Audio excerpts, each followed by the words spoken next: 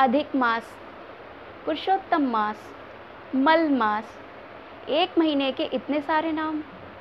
अधिक मास सुनने में ऐसा लगता है कि ये महीना अधिक होगा, ज़्यादा होगा। जी हाँ, हमारे कैलेंडर के हिसाब से 12 महीने होते हैं और ये अधिक मास हमारा 13वां महीना काउंट होता है। ये 13वां महीना क्यों होता है और ये हर तीसरी साल में क्यों आता है, ये भी हम जानेंगे। पुरुषोत्तम मास, इसका नाम पुरुषोत्तम मास क्यों रखा गया? पुरुषोत्तम तो भगवान श्री हरि को कहते हैं। जी हाँ, भगवान श्री हरि को हम पुरुषोत्तम के नाम से भी जानते हैं। तो इसको पुरुषोत्तम मास क्यों रखा गया इसका नाम, ये भी हम अपनी वीडियो में जानेंगे। और मल मास, इसका नाम मल मास क्यों रखा गया? मल तो गंदा होता है, तो जब इसको भगवान श्री हरि के नाम से रखा गया है, पुरुषोत्तम मास के नाम से रखा गया है, तो इसको मल मास के नाम से क्यों कहते हैं? आइए जानेंगे हम इस अधिक मास के बारे में पूरी जानकारी। चलिए शुरुआत करते हैं। और अगर आपको अधिक मास के बारे में पूरी जानकारी चाहिए तो मेरी वीडियो को पूरा ज़रूर देखिए। इसमें सब कुछ मैं आपको बताऊंगी और इस महीने आपको क्या करना चाहिए, क्या नहीं करना चाहिए, क्या नियम होने चाहिए, ये सब कुछ मैं आपको इस वीडियो में बताऊंगी।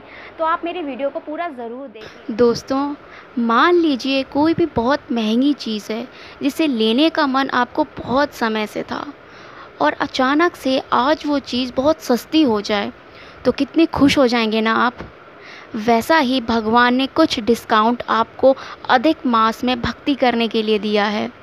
जी हाँ, स्वयं श्री कृष्ण भगवान जी ने कहा है कि जो भी व्यक्ति अधिक मास में सच्चे मन से भगवान की पूजा आराधना करता है या उनका व्रत रखता है, उसको उसकी पूजा का 10 गुना ज़्यादा फल मिलता है इस अधिक मास में। कितनी खुशी की बात है ना ये। जो भी आप पूजा पिछले 2-3 साल से करते आ रहे हैं, वही पूजा का फल अगर आपको 1 महीने की पूजा से मिल जाए तो सोचिए कितनी खुशी की बात है ये। अगर किसी भी व्यक्ति की कोई भी इच्छा है या मनोकामना है तो उसको पूरा करने के लिए आप भगवान की कृपा प्राप्त करना चाहते हैं तो अधिक मास से बेहतर और कोई महीना नहीं है। अधिक मास कार्तिक मास से भी कई गुना ज़्यादा पवित्र माना जाता है। तो जो भी इसका लाभ उठाना चाहते हैं, भगवान की कृपा प्राप्त करना चाहते हैं और अधिक मास के बारे में पूरी जानकारी जानना चाहते हैं, तो आप मेरी वीडियो को ज़रूर देखें और भगवान की सच्चे मन से आराधना करें। हर साल हमेशा श्राद्ध के बाद हमारे शारदीय नवरात्रि शुरू हो जाते थे, परंतु इस बार अधिक मास के कारण हमारे शारदीय नवरात्रि ठीक 1 महीने के बाद होंगे, जो कि 17 अक्टूबर से शुरू होंगे। और जो हमारा अधिक मास है वो 18 सितंबर से लेके 16 अक्टूबर तक होगा। तो अधिक जानेंगे अपनी इस वीडियो में। सबसे पहले हम यह जानेंगे कि अधिक मास को अधिक मास क्यों कहा जाता है। चलिए शुरू करते हैं। हमारा भारतीय हिंदू कैलेंडर सूर्य मास और चंद्र मास की गणना के अनुसार चलता है। अधिक मास चंद्र वर्ष का एक अतिरिक्त भाग है। इसका प्रागट्य सूर्य वर्ष और चंद्र वर्ष के बीच अंतर का संतुलन बनाने के लिए होता है। भारतीय गणना पद्धति के अनुसार प्रत्येक सूर्य वर्ष 365 दिन का होता है, यानी जो सूर्य पृथ्वी का चक्कर लगाता है वो 365 दिन में लगाता है, और वहीं चंद्रमा 355 दिन का होता है, यानी कि जो चंद्रमा है वो 355 दिन में चक्कर लगाता है, तो उसका वहीं 1 साल होता है। दोनों वर्षों के बीच में लगभग 10 दिनों का अंतर होता है, जो हर 3 वर्ष में लगभग 1 मास के बराबर हो जाता है। इसी अंतर को बराबर करने के लिए हर तीसरी साल में एक चंद्र मास का अस्तित्व हो जाता है, जिसे अतिरिक्त होने के कारण अधिक मास का नाम दिया गया है, जिसे हम आज अधिक मास के नाम से जानते हैं। तो हमें पता चला कि हम अधिक मास इसको क्यों कहते हैं। अब हम जानेंगे कि अधिक मास को पुरुषोत्तम मास के नाम से क्यों जाना जाता है। चलिए जानते हैं। इस विषय में एक बड़ी ही रोचक कथा पुराणों में पढ़ने को मिलती है। हमारे पुराणों के अनुसार में कहा जाता है कि भारतीय मनीषियों ने अपनी गणना पद्धति से हर चंद्रमास के लिए एक देवता निर्धारित किए थे, जो कि अधिक मास सूर्य और चंद्रमास के बीच संतुलन बनाने के लिए प्रकट हुआ था। तो इस अतिरिक्त मास का अधिपति बनने के लिए कोई देवता तैयार ना हुआ, क्योंकि ये अधिक था। इसलिए अधिक मास एक मल के रूप में माना जाता है, तो इसलिए इसके लिए कोई देवता तैयार ना हुआ। ऐसे में ऋषि मुनियों ने भगवान श्री विष्णु से आग्रह किया कि वे इस मास का भार अपने ऊपर ले लें, इस मास को अपना लें। भगवान श्री विष्णु ने इस आग्रह को स्वीकार कर लिया और इस तरह यह मल मास के साथ पुरुषोत्तम मास भी बन गया। तो इस प्रकार हमने जाना कि इसका नाम पुरुषोत्तम मास कैसे पड़ा। अब हम जान लेते हैं हमारे पुरुषोत्तम मास के कुछ नियम कि आपको इसमें क्या करना चाहिए और क्या नहीं करना चाहिए।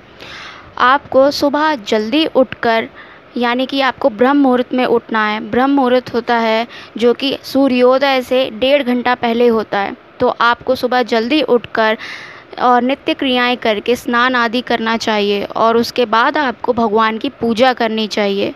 पूजा में आप जब भगवान का प्रसाद चढ़ाते हैं तो भगवान के प्रसाद के साथ में आपको तुलसी का पत्ता ज़रूर चढ़ाना है, क्योंकि हमारे जो श्री हरि जी हैं या भगवान श्री कृष्ण जी हैं उनको तुलसी बहुत पसंद है, बहुत प्रिय है। तो आपको तुलसी का पत्ता भगवान के प्रसाद के साथ में ज़रूर चढ़ाना है। और आपको सूर्योदय पे जल भी ज़रूर चढ़ाना है। जल चढ़ाने के साथ में आपको या तो सूर्य मंत्र या गायत्री मंत्र का जाप करना है। उसके बाद आप क्या करें, आपको हो सके तो ओम नमो भगवते वासुदेवाय या हरिओम या हरे कृष्ण का आपको एक एक माला का जाप करना है। आपकी पसंद के अनुसार से कोई भी आप इनमें से मंत्र ले सकते हैं। कोई भी एक मंत्र का आप एक माला का जाप कर सकते हैं, क्योंकि इस एक माला का जाप आपको 10 गुना 10 माला का फल देगा। ठीक है। तो और आपको क्या नहीं करना है, आपको क्रोध से बचना है। मतलब आपको क्रोध नहीं करना है। अगर आपको गुस्सा आता भी है तो आपको किसी न किसी तरीके से उसको कंट्रोल में करना है। ठीक है। और आपको गलत काम करने से बचना है, यानी कि जो इतना पवित्र महीना है आपको इसमें कोई भी गलत कार्य नहीं करना है, उससे आपको बचना चाहिए। किसी को गाली या अपशब्द बोलने से बचना चाहिए। गलत सोच भी नहीं रखना चाहिए आपको। ये बहुत पवित्र महीना है और इतना तो आप अपने भगवान के लिए कर ही सकते हैं ना। कुछ नहीं तो इस एक महीने में आप भगवान के लिए या अपने लिए ही सही, ये सब आपको नियम का पालन ज़रूर करना चाहिए। और कई लोग ये कहते हैं कि हम इतना कुछ नहीं कर पाएंगे, तो यह कुछ भी नहीं है, क्योंकि कई लोग पूरे पूरे महीने का व्रत भी रखते हैं। तो सोचिए, मैं बस आपको ये आसान से तरीके बता रही हूँ कि बस आपको सुबह जल्दी उठना है। अगर आप ब्रह्म मुहूर्त में नहीं भी उठ सकते तो कम से कम सूर्योदय के समय आप उठ जाइए और जल्दी से स्नान आदि करके भगवान की पूजा करें। सूर्योदय को जल दें, तुलसी माता को जल दें। ठीक है। तो अब ये मैंने आपको अधिक मास के बारे में पूरी जानकारी दे दी है और अब आप इसके नियम का पालन कीजिए। और हर हर महादेव, ओम नमः शिवाय, जय श्री कृष्ण।